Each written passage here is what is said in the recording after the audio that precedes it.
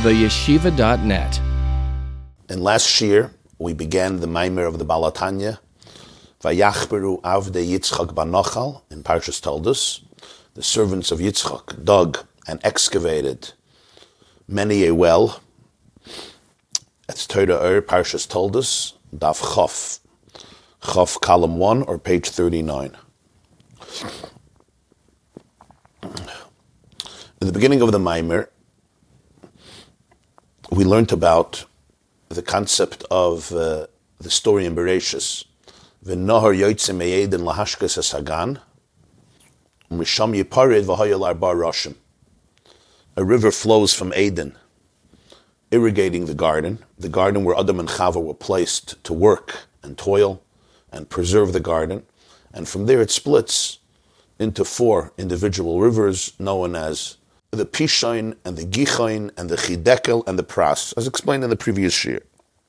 The Balatanya discussed and quoted the Gemara in Masechta B'chaydes Daf Nun Hey, that the 4th river, Vanar Haravi Hu Pras, it says Hu Pras, the 4th river, he is Pras, it is Pras, meaning that the original river that flowed from Eden into the garden is the Nahar Pras, and then 3 of them split away, and the Pras continues that original river.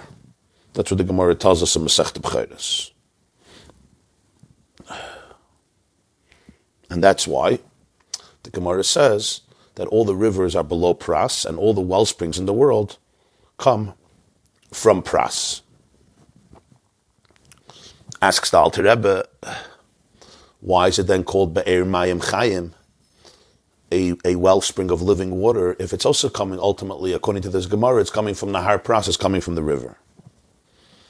So essentially its origin is a river, is Nahar. Thank you.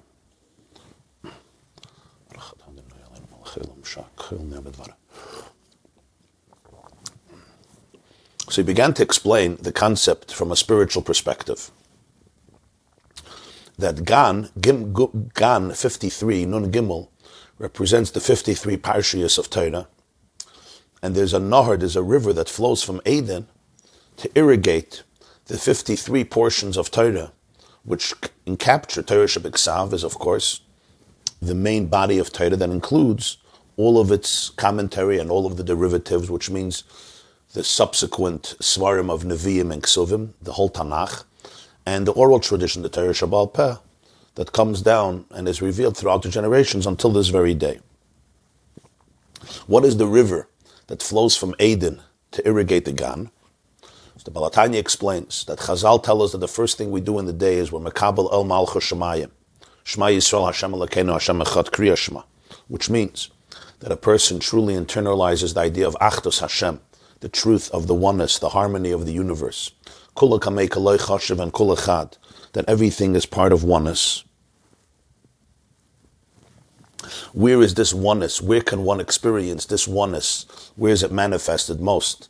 In the substitute for Kodesh HaKadoshim, which is Dalet Amos Shel Halacha, which is Torah.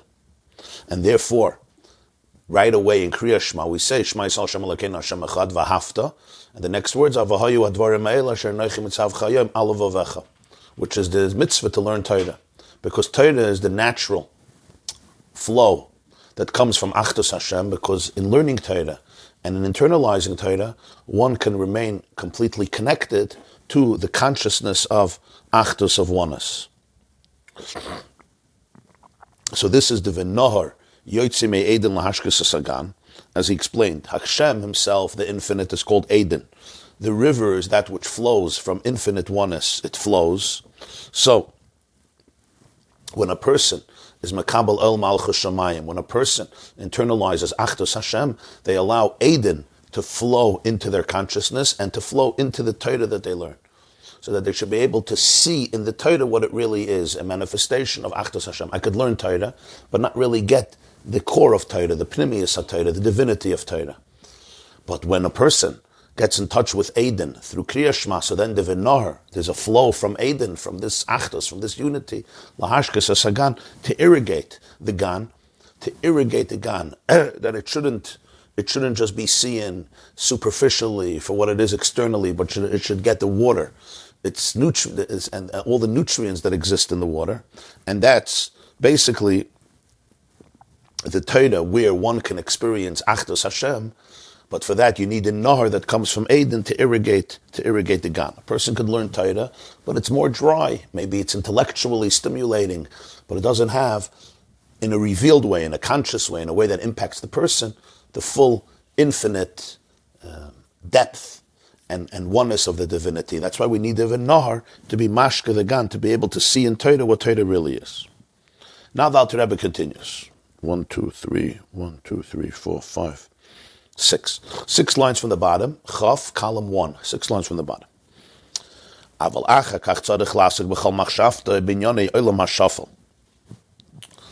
But afterwards, the person goes out to the world for work. There's a famous expression in Gemara, and it's brought in halacha. Mi beis haknesses lebeis hamekdesh, and then hanig behen minig derech eretz. There is the halacha after davening, which represents the nahar that comes from Eden. It's tuning in, meditating on the consciousness of oneness. After that, there's Beis HaMedrash, like the Alter Rebbe says. Now your gan is irrigated. But now it's time to go to the next step. Hanig ben minig derech eretz. He says, then he goes out to a world. Every person in their own way. Tzarich lasik b'chol machshavtei chuli b'nyonei olam hashafel. Then he needs to immerse himself with his entire thought process in the themes and the concepts and the realities of our lowly world.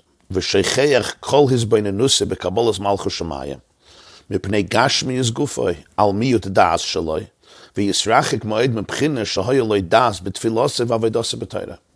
And what so often happens is a person forgets the clarity of the awareness that the person had when they accepted Malchus Shamayim during Kriya Shema and davening, because of the density of the materialism of the world and of a person's body, and the miyut das, the lack of clear perceptiveness.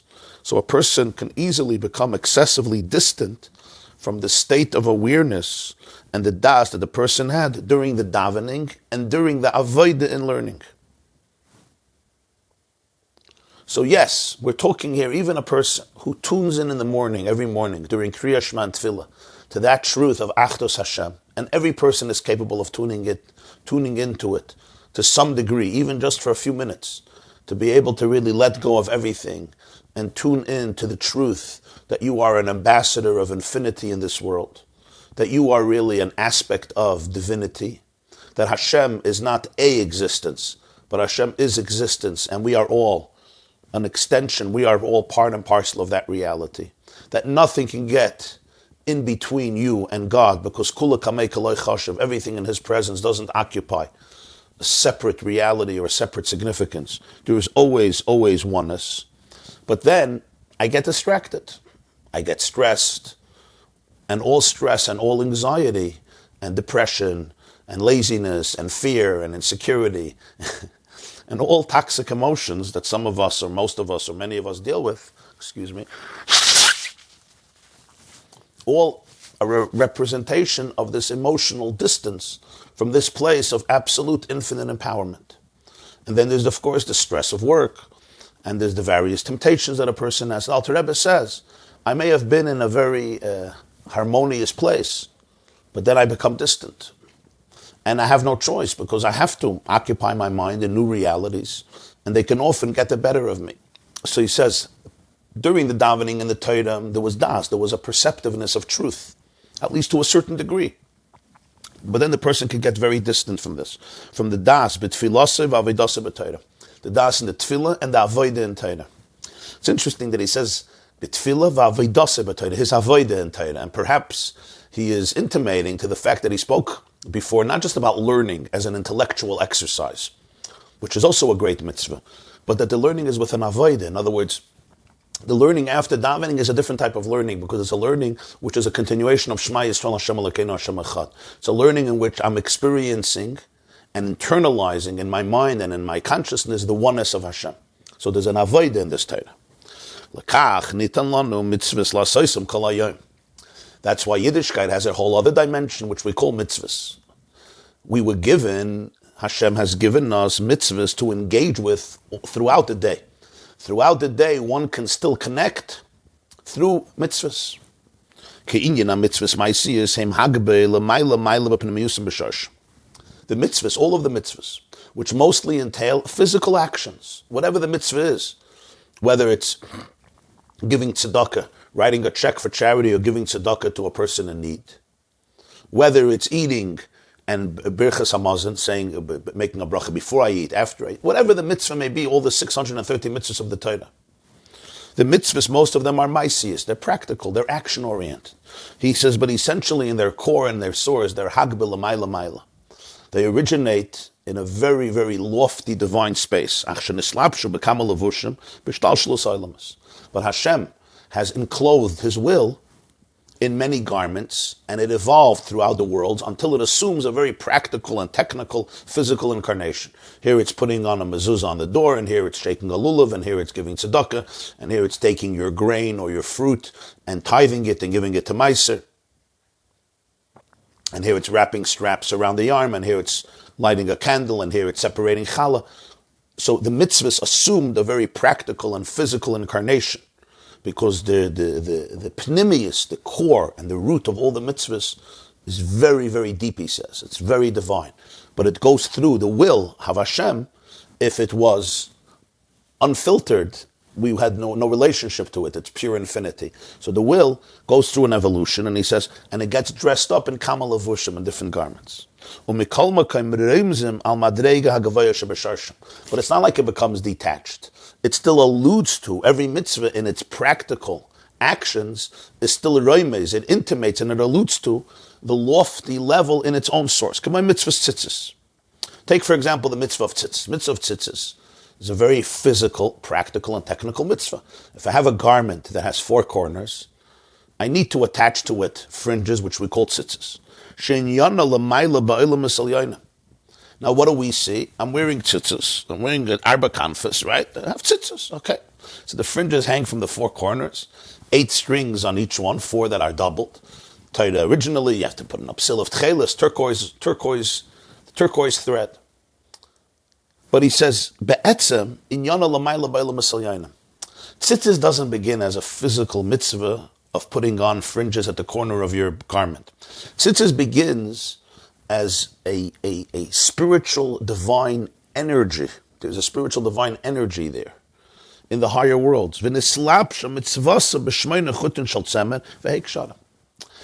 this reality of the divine is enclosed, it's manifested, it's cloaked in the practical mitzvah, where I have on each corner 8 threads, shmeina chutin, 8 threads, vehek shadim, and 5 knots.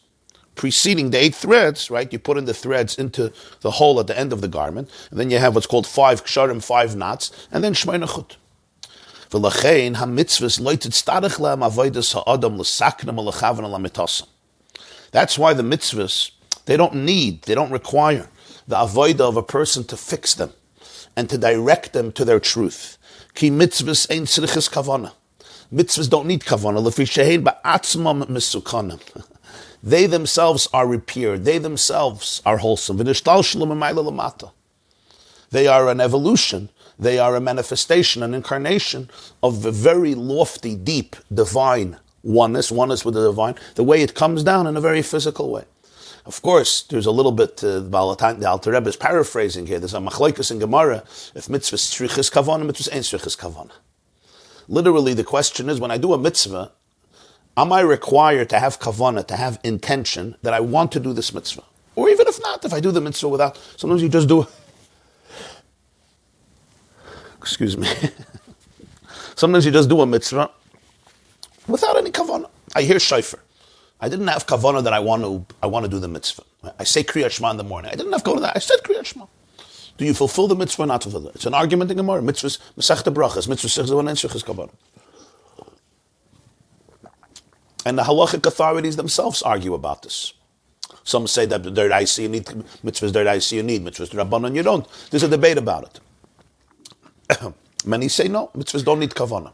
So Alter Rebbe uses this terminology, says, mitzvahs ain't shrichas kavanah. He's not discussing here the debate in halacha.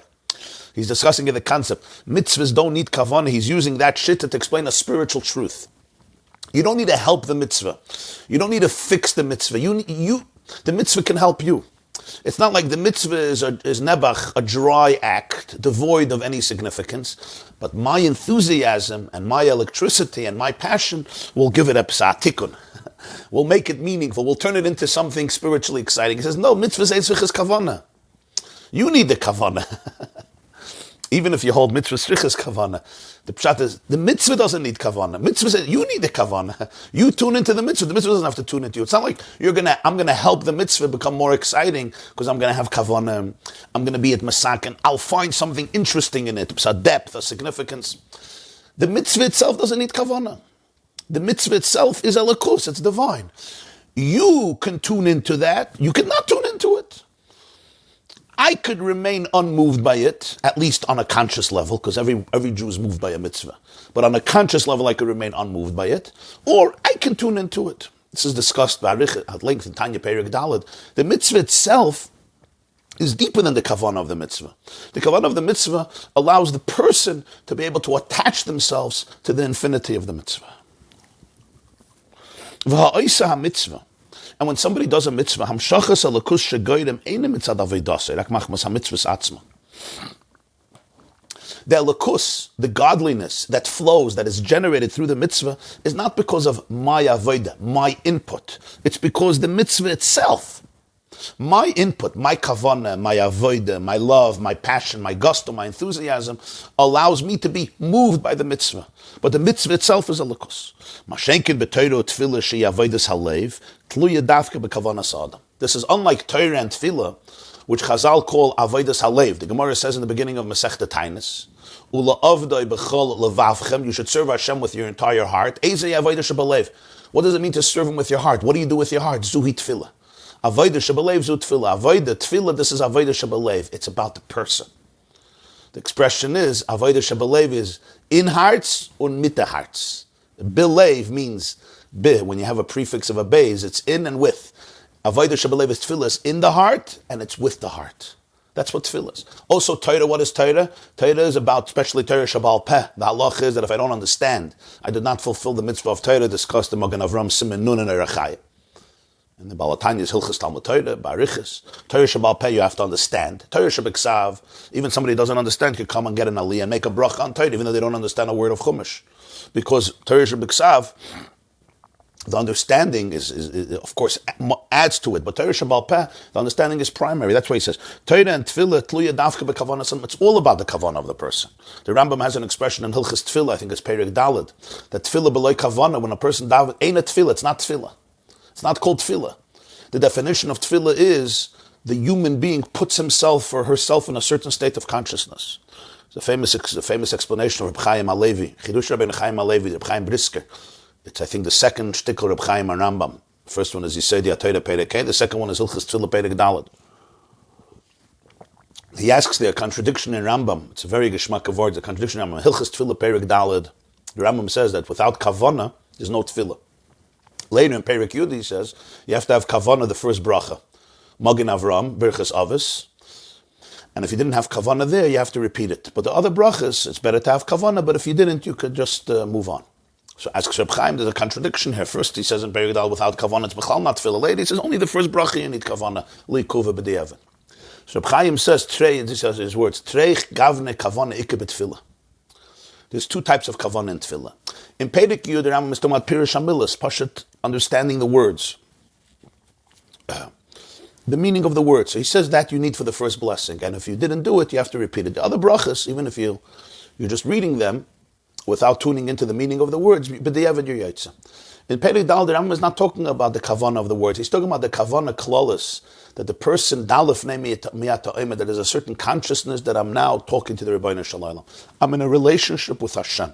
I'm in a relationship with the core of reality, with my essence, with my soul, with the soul of the Bria, Nishmas kol chai tevarech Hashem Hashem Elokeinu. That kavanah is not a detail in tefillah. That is tefillah. That is the mitzvah of tefillah. It's not a detail in tefillah. That is what tefillah is. if I say a bracha shmoines, I don't understand the words, or I'm not thinking about the meaning of the words. Okay, so the question is, you are yotze, you're not yotze. How important is that condition? But here, it's not a question of a detail of a t'nai in tefillah. This is what the hefts of tefillah. The hefts of tefillah is that I'm in a relationship. So that's what the Alter Rebbe says. Torah and tefillah, it's all about the state of the person. A mitzvah is not. A mitzvah, the mitzvah itself is divine. Of course, if I have kavanah, I get to tune in to that reality. But the lakus is coming from the mitzvah itself. Mitzvahs ain't tzrichas kavanah. You're not going to say that about tefillah. V'ikir ha-kavanah ha-tzricha b'asiyas ha-mitzvahs. And the main kavanah that a person does require when he does a mitzvah, what should the person tune into? The person should first appreciate that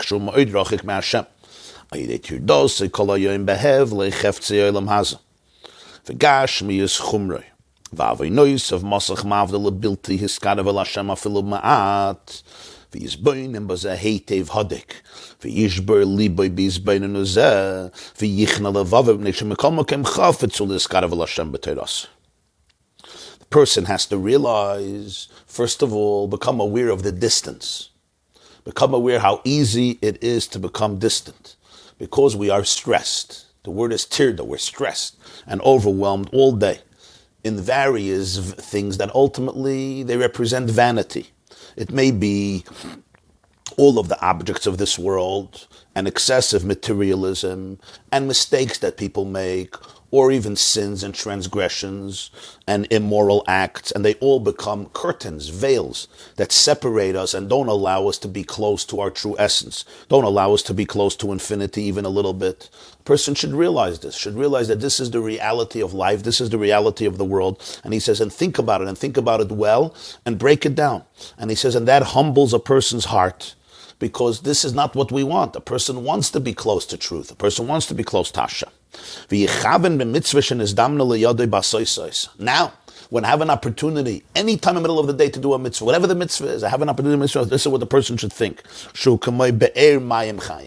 That this mitzvah is like a living wellspring,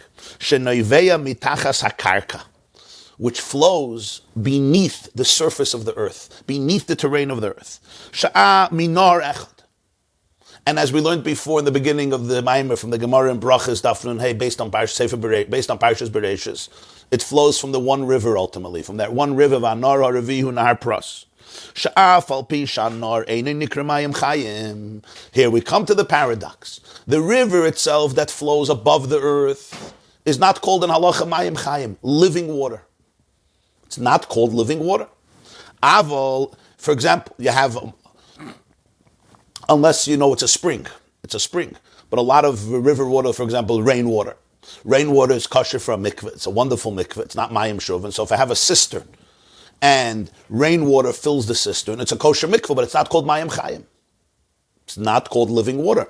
And there's certain halachas. Regularly when we use a mikveh, a man or a woman, regularly use a mikveh, you can use a mikveh of rainwater. Or the way we do it today is, you have two boiros, you have two pits. One is filled with rainwater, and then the other one connects to the rainwater. There's different methods, hasaka, shaka, zriya, so that we make our mikvahs usable. But it's not mayim chayim. Living water has to be a spring that flows beneath the earth. Of course, it comes to the surface, or we excavate it and we go into it. For example, you have people go off into Tzfas to the Arizal's mikveh, right?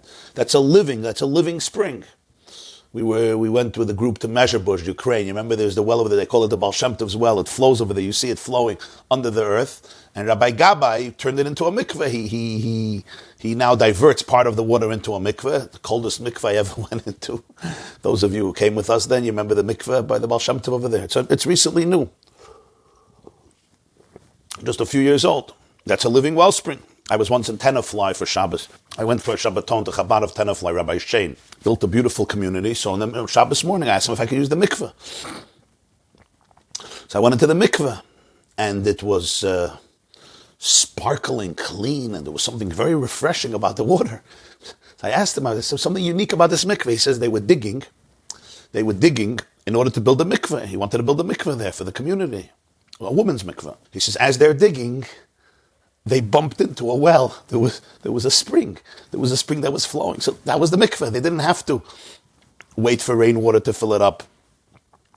and then connect another mikveh to this mikveh. No, it's actually you're going into spring water. And he found a method to warm it up because it's essentially very cold. So it may begin in a nahar, but it becomes be'er mayim chayim. What's why? So he says, to the Santazach, we all know that there's often you drink spring water and it's much cleaner and much more clear and much richer and much more delightful than even purified water that we buy in the store, bottled water, or if you have a filter in the house and you filter the water. Paradoxically, this water is coming from the earth. It should be full of dirt, and indeed sometimes there's spring water that you have to be careful with because it can, chas v'shalom, cause different side effects because it can have garbage in it.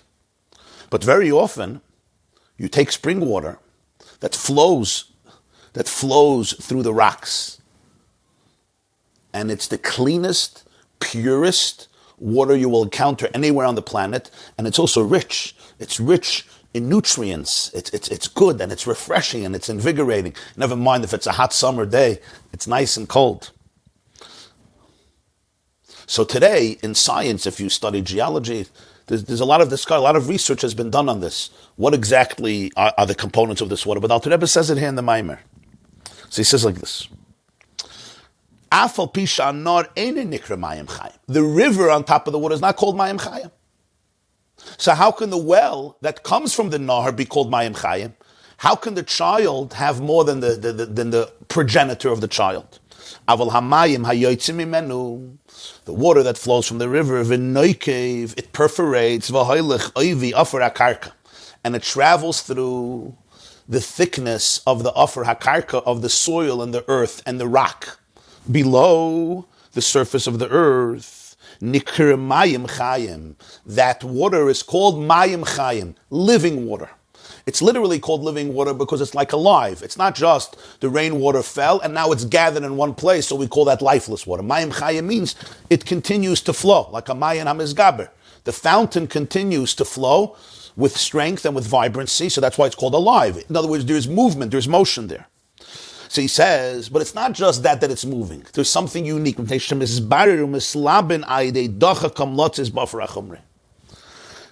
because it has to push its way through the dense, physical, and material soil and earth, it gets purified. Alter Rebbe says that natural earth, has a unique filtering system, a very, very powerful filtering system, much more powerful than our filtering system.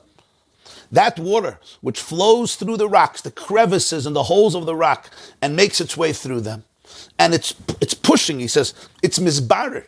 It becomes purified, mislabin. It becomes literally whitened. In other words, it becomes clean. Alidei dachakam, through the stress, through the pushing, lotzes, to come out, ba'afar hachumri, to emerge from the very dense physical earth. V'chein mamash asiyas hamitzvahs.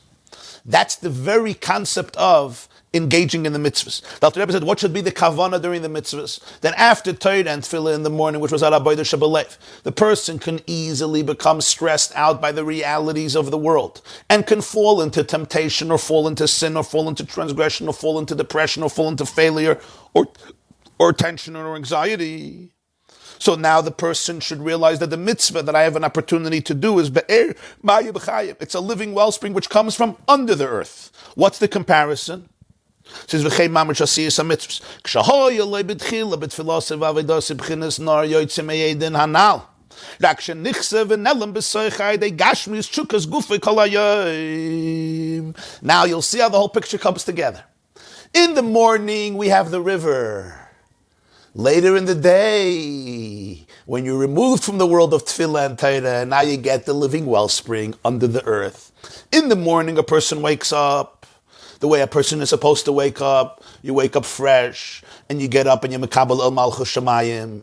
You say Moida'ani, you wash negelvasa, you say brachas, you daven, you say krishma tefillah, and then you go and you learn. That's Vinar. Now you're in the river. Which river? The original river. Vinar yotzem eyedin lahashkas hasagan. the river that comes out from Eden to Ein Sof. In other words, there's a flow of consciousness that comes from Ein Sof. That's what Krishma is. Shema Yisrael Hashem Elokeinu Hashem Echad Lekabel El Malchus Shamayim. Shleima, as he says, we learned in the beginning of the Maamer in the previous year. You get in touch with Eden. There's a flow from Eden into your mind, into your soul, into your psyche. Kula Kamei Keloi Chashav Achdus Hashem Kula Chat. I'm using the words of the Maamer. Then you go learn. So the Nahar now continues to be Mashke the Gan. What's the Gan? The 53 Svarim of Torah. The 53 Parshas of Torah. If you remember also, we learned, maybe it was last year, 2 years ago, we learned the Maamer in Parshas Toldos, Mayim Rabim lo yuchlu lechabes esa'ava, the Maamer before this, Mayim Rabim lo yuchlu lechabes esa'ava, and the Balatanya says over there about Rivka, right, that she went down, Vaterid ha'ayna, she went down to the Mayan, Vatamale kada, and she lifted up the kad, Vatal, and she came up.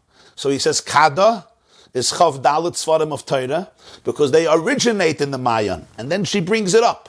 But here we're saying, V'nahar yotzim Eden lashkes. Now you're in the river which comes from the Eden and goes into the Gan, because you went from Tefillah to Torah. Now what happens?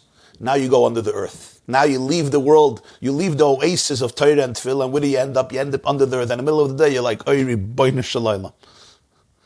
I'm tempted, I'm stressed, I'm overwhelmed, I feel dense, I feel disconnected, I feel detached, I feel worried, I feel anxious. In other words, I feel buried under the earth. Yeah. There's one telephone call, another telephone call, one email, another mail. This is my me. You don't know about emails and telephone calls. There was no telephone then, and there was no email then. They had other problems, don't worry. There was no WhatsApp then. And you feel like you're under the offer, you feel like this, like when it rains, it pours, pile it up, a little more stress, a little more anxiety. You go under the offer. So Alter Rebbe says, you know what happens under the offer? You discover the Be'er Mayim Chai. In the morning, you're by the Nar, Yotzim Eden Lashkes Sagan, Tefillah and Torah. Then you go in the offer, there's the Be'er Mayim Chai. The Be'er Mayim Chai you only have under the earth.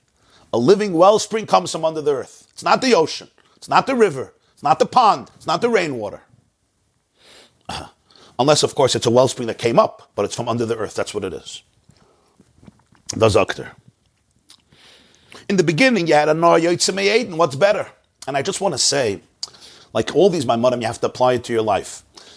The Alter Rebbe is talking a model. In the morning, you have the Nahar. Later in the day, you have the Be'er Mayim Chayim. But the concept applies to the morning, to the afternoon, to the evening. There's a state of consciousness where you're above the earth. You're in the place of the Nar that came from Eden. And then there's the time in life that I'm under the offer. I feel a little buried. Buried by pressure, by stress. So he says, in the beginning he was by a Nar, but then the river got eclipsed. How did it get eclipsed? Because Chukas Gufay Kol Hayom. The person starts, the bodily needs and the bodily voids and temptations, which are really trying to fill the voids of life, take over. So what happens? When a person does a mitzvah, and where does the mitzvah come from? It flows from the river. Like the Gemara says in B'chairos, everything comes from Nahar Pras, even the wellsprings. What's pshat? The mitzvahs come from the river. Pirush.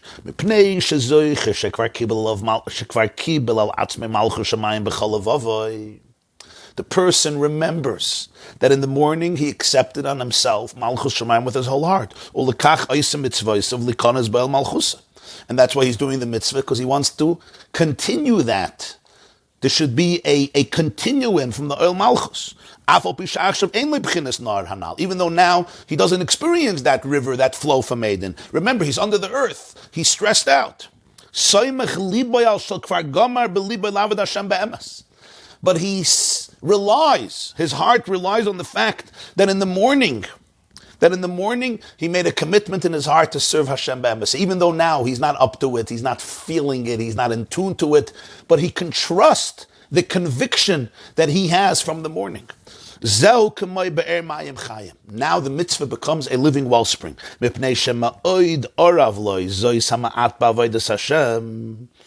Because this little mitzvah, this little bit that he has in Avodas Hashem is so sweet. It's so geschmack. It's so delicious. It's like the sprinkling filtered water that emerges from the wellspring that has such a purity to it and such a richness to it and such a refreshing impact. Why is it so refreshing, he says? You know, if you're hiking and you're hot and you're sweaty and you're dehydrated and you're exhausted and you're overwhelmed, and then you find this little spring of water, a little bit of it is more precious than anything else.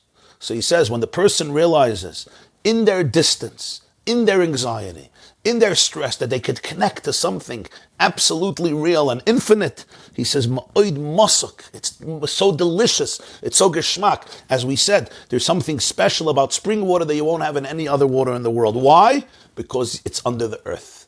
It has to fight through the earth. It gets purified through that stress. The moment of truth that you experience from the pressures of life, from the pain of life, from the tears of life, that has something to it that is unparalleled.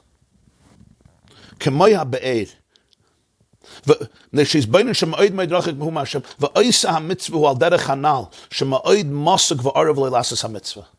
when he does the mitzvah, it's like drinking the spring water. It's so sweet. It's so delicious for him to do the mitzvah because of the distance, because it's under the earth. Just like when you dig and you find water. Hey, mayim chayim. This is called living water.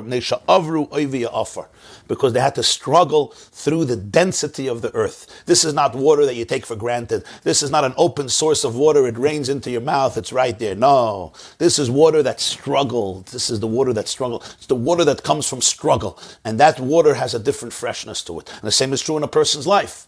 There's the state of Nahar where you're unified in the consciousness of Einoid Mulvade of Achdas Hashem. But then I go into a different place and I feel alone. I feel like a rock. I feel unmoved. I'm in the filth and the dirt and the debris of Afar. So chas v'sholom, you now get hopeless. He says, no. Now you'll find the Be'er Mayim Chaim. Be'er Mayim Chaim, it's the sweetest water in the world. Because that's the water that comes through the struggle with the Afar. It flows through the rocks and the crevices. It pushes its way through. So it has a birur. It's so purified. It's so maluban. In English you say, an ois gearbete mensch. You know, a person who's worked out. Sometimes you meet a person, they're worked out. They had to work through stuff. This water is ois gearbete Wasser. It's ois gearbete Wasser. It's not the water, everything. This water worked its way through life. It worked its way. It struggled. It was confronted by a lot of debris and a lot of rock and a lot of earth and a lot of soil, and it worked its way through. And that gives it a richness, a clarity. And the Alter Rebbe says, the Baal Taina says the same is true in our life. Yes, the Be'er comes from the Nahar. Everything comes from the Nahar. Why? Because the koyach of the mitzvah comes from the Nahar. The person has to have a time in life when there's clarity. Because without that, I don't have an anchor. You have to have the anchor to know who you are. But I'm not always going to be that person. So that's what he says. When I do the mitzvah, kvar kibel el malchus shamayim, there is a conviction that you had, a clarity that you once had. Now, you may not be consciously there, but you know what your real values are. Remember, values I may not always feel. I may not always feel what I really care about, but they are my values, and you know it. And that's the key. That's the Nahar in the morning. Nahar yotzei me'eden. Now I'm under the earth. I'm under the earth. That's what I feel like. That's where the Be'er Mayim Chaim. So he says a person has an opportunity in the middle of the day to do a mitzvah. For example, you can do a favor to somebody. In the middle of the day, in the stress, in the anxiety, you could send a nice message to somebody. You could send a nice WhatsApp to somebody. You can give them a call. You could send them an email. It's a mitzvah. V'ahavta l'reacha kamaycha. What is that? That's an opportunity to find the water that flows under the earth. From the richuk, from the distance, from the density of the earth, that water has a clarity to it, has a purity to it. The dveikus with the Ribbono Shel Olam at that moment, in that mitzvah during the day, without the whole spiritual melting away in infinite consciousness, I'm not there. But that mitzvah, that nekuda, is the Be'er Mayim Chayim, because it's worked through the offer, because it comes from the richuk. And it has a sweetness to it that is unparalleled. Same is true with the mitzvah. It flows from that river, but in a way it's greater than the river. The river is Krishma and Tefillah v'nar yotzim yedin lahashkas sagan and Torah. That's where there's a flow of water. Amachaya. Ein mayim ala Torah. Beautiful flow of water. The be'er mayim chayim, though, comes from the offer, from under the offer. V'zeu sh'aya Arizal sameach ma'od basiyas ha-mitzvahs. Reb Chaim Vital was the great student of the Arizal. The Arizal passed away in Tzvas in the year Shin Lamed Beis, according to most, 1572. You know, the Arizal is considered the greatest Kabbalist and mystic in Jewish history, and his Talmud Muvik, his prime student, was Reb Chaim Vital from Damascus, from Syria. I spoke in the women's class about Damasek, Doilo Mashke Meteres Rabbi Lachedim. Reb Chaim Vital was from Syria. He came to Tzvas. He learned by the Arizal. 2 years Arizal was husband. He passed away from a pandemic. Arizal died from a pandemic. Hey of Shin Lamed Beis. So Reb Chaim Vital writes about his Rebbe. I think it's in the Sefer Pri Eitz Chaim, Shara Kavanas. He says that the Arizal had a tremendous simcha when he did a mitzvah. Ulekach zocha l'ruach hakodesh. And the Arizal says that his divine inspiration came from simcha shel mitzvah. From v'loi samach ba'avoidosai. The Alter Rebbe is medayik. It doesn't say that the simcha was from his own avoida. Ki ha-mitzvahs b'fnei atzmam kedushasam kanal. We said before, mitzvahs ain't tzrichas kavana. The mitzvah doesn't need tikkun. The mitzvah itself is tikkun. The mitzvah itself is divine. The Arizal simcha wasn't coming from his own spiritual experience, which is his tefillah, his Torah, even from his kavana of the mitzvah. The simcha came from the mitzvah itself. Vasiyusa ba meizbainus shiflus iskarvusa el Hashem. Fakert. The real simcha shal mitzvah comes from the simcha of the opportunity that you get to do a mitzvah. And the more distant the person feels, in a way, the greater the simcha is. Because it's like the simcha of Be'er Mayim Chayim. If I had water all day and I find a wellspring, it's not such a simcha. But if I'm dehydrated, and I'm parched, and I'm thirsty, and then you give me the Be'er Mayim Chayim. Ooh, it's a simcha. So that was the Arizal simcha.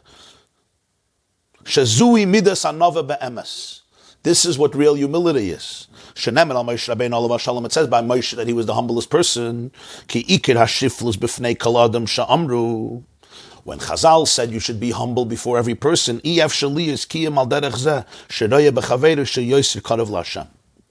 only way a person can really be humble is when a person looks at somebody else and feels that there's something about the other person that makes him unique, much closer to Hashem. To be able to see a goodness and a beauty and a virtue and holiness in another person, that I feel humble in the presence of the other person. And therefore I feel distant. And that's what the Simcha Shal Mitzvah is coming from. V'zeu nefesh seveya tovus. Neifes shafilu hadvash marloi. Avol nefesh re'eva kol mar mosek. Shlomo Melech tells us, a satiated soul will be... will vomit, will be disgusted even by sweetness. A hungry soul, even the bitter food is sweet. Meaning if somebody ate a lot, yeah, you could give me the most delicious piece of cake. It's disgusting, I'm too full. Although some of us find room for that too. But at some point, it's going to be an achila gasa. Even the sweetest thing is not good. If you're hungry, you give me even food that's bitter and becomes sweet because I'm starving. All food is delicious when I'm starving.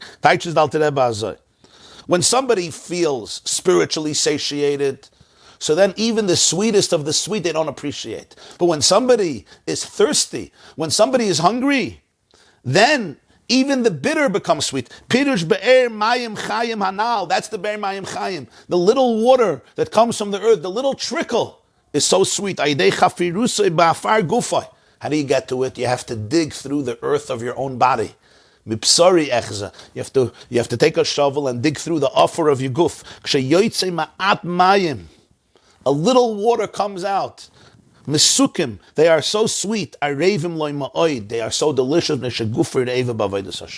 Because his body is so hungry for elikus. And therefore, that water that comes from the earth may be much less in quantity, but in quality, in richness, and appreciation, it's so much deeper. This is the wellspring that the Sarim, the spiritual ministers, have dug, beginning with Yitzchak, Avram Avinu, and Yitzchak Avinu, and every Jew is called Mamleches Kohanim V'Goy Kadosh, that throughout the whole day, even when you're confronted with Afar, if you dig you will find the deepest water that will only flow through the pain and through the anxiety, and that water, the Be'er Mayim Chaim, has in it a richness that's something unique, and that's the opportunity. That's all the mitzvahs of Torah that are given to us throughout the day, that a person can always connect to a mitzvah, even if he or she can't go into the full mode of Achdus Hashem, of Torah and Tefillah. That you must have in the morning and in the evening and as often as you can. But there's other moments of life. Then we discover the Be'er Mayim Chaim, which comes from the Nahar, but it goes through the Afar, and through the Afar it emerges as the most beautiful and sparkling and filtered and cleanest water as it fought through, as it has to fight through the Afar. Let's take a few questions. We'll start with the chat. What's the difference between wellspring, water of a wellspring, and regular water in terms of halacha? Okay, it's a good question. So there's certain... Okay, beautiful. Thank you, Monsey. All the way from Europe, right? Where are you, Manchester? Huh? Belgium. Antwerpen? Antwerp. Okay, joining us from Antwerp. Thank you, Monsey. And the answer is that there's certain impurities in Torah that the Torah says it's not enough just to go to a regular mikveh. Let's say you have rainwater in a pit. You can go to the mikveh there. It's a wonderful mikveh, kosher mikveh. But this, you need mayim chaim, you need a wellspring. For example, a zava and a zava, or for para aduma. For para aduma, they had to mix the water with ashes. They needed mayim chaim. It wasn't enough just to take regular rainwater. You had to take water from a wellspring. You have a mitzvah. You have different tumas that the Torah says you need a higher level of purity. That's when you need mayim chaim. Next question. Beautiful question. You explained to us that as you connect to oneness during davening, you can experience the divine harmony in Torah learning. There seems to be an assumption that one connects to oneness during davening, and then one can experience that in Torah learning. My question is, how does the connection to oneness during davening happen? I have a hard time staying focused on what I'm reading while I'm davening. Forget connecting. I can't even focus on the words. How am I supposed to connect? That's a wonderful, wonderful question. And I think it needs a few shiurim. But I'll just say something brief that I find helps me. So maybe it can also help you, but probably every person is different, so you really have to figure it out. But it's really a state of mind that we must go into when we approach davening. The Rebbe once said, the Lubavitcher Rebbe once said, I heard this when I was a yeshiva bacher from Rabbi YY Jacobson, and it's still etched in me. It says in Chassidus, in Kabbalah, that davening has stages. Right? We know there's 4 worlds: Asiya, Yitzira, Bria, Atzilus. We learned a Maamer about this. We started on Iladoidi. We never finished that Maamer before Rosh Hashanah. I got a little sick. So you start off Haidu. You begin Haidu, right? The first section of davening is the world of Asiya. Then you go up into the world of Yitzira. From Baruch Shamar, you go into Yitzira. And then Kriya Shema, you go into Bria. Blessings before Shema and Shema. And then Shemona Esrei, you go into Atzilus. And then you go down. So that's climbing the ladder of davening. Like Yaakov Avinu's ladder, it starts on the earth. But then the Rebbe said, there's something even deeper than all of that. And that is tearing yourself away from your anxiety, from your present situation. And he said that by Chassidim, that's expressed in Anton de Gartel. Anton de Gartel. There's brachas, there's matoivu, there's hoidu, there's baruch shama, moededik. When he puts on the gartel, the Gemara says in Shabbos Daf Yud, Osir Hemyoneh, he puts on the gartel. He koin likras alakach Yisrael. The Gemara says he would put on a gartel to prepare for Hashem. He koin likras alakach Yisrael. What's that? It's not a specific madrege that you're achieving, a specific level. It's a general act of tearing yourself away from your mess, or from my mess, and tuning into a deeper place. And I think that's the prerequisite. It's a mindset that right now, you put away your phone, you put away everything. You put away yourself too. What do I mean you put away yourself? You put away, you want to tune into Achdus Hashem. I don't know if I answered your question, but maybe. What about the mitzvah of Bikur Chaylim, visiting the ill? What of those? So that Of course, that's one of the mitzvahs that you can do any time during the day. You go visit the sick or you help the sick. That's a be'er mayim chayim. What about those of us who are scared of hospitals? Well, if you're scared of a hospital, maybe you could send food with somebody, or send a letter, or call up on the phone, do FaceTime, so you could encourage the sick. Or maybe try to ask yourself what's making you scared of the hospitals, and maybe there's different methods to consult a professional. Maybe there's different methods to get rid of or transcend that fear. Is this concept of the river, can you connect to it even not during davening? Yeah, of course, but tefillah is the time that God gave us to go into this place. That's what it's for. That's what it's for. The Gemara says, "Halavai sheispal adam kol hayam, kol halavai shedaven all day." But that's what Kriya Shema and Tefillah were made for. They were made for this. And then Torah is continuing it in the world of Torah. And then throughout the day, when I'm away from that world, if I'm away from that world, there's the Be'er Mayim Chayim. And that's what the Avos, this explains why the Avos were preoccupied with digging wells. They weren't just digging physical wells. They were empowering all of their descendants for all of history to always be able to take a shovel and search for the water. That even when you feel that you're buried under the earth, or you look down at yourself and all you see is earth, nothing else, take a shovel and start to excavate, and you will find the Be'er Mayim Chayim. Oh, you mean during the coronavirus? Oh, how do you do Bikkur Cholim during the coronavirus? The hospitals are now very, there's a lot of tight regulations. Even with a child, they usually don't allow more than one parent. Yeah, listen, you have to follow the guidelines of the health officials. You do the best you can.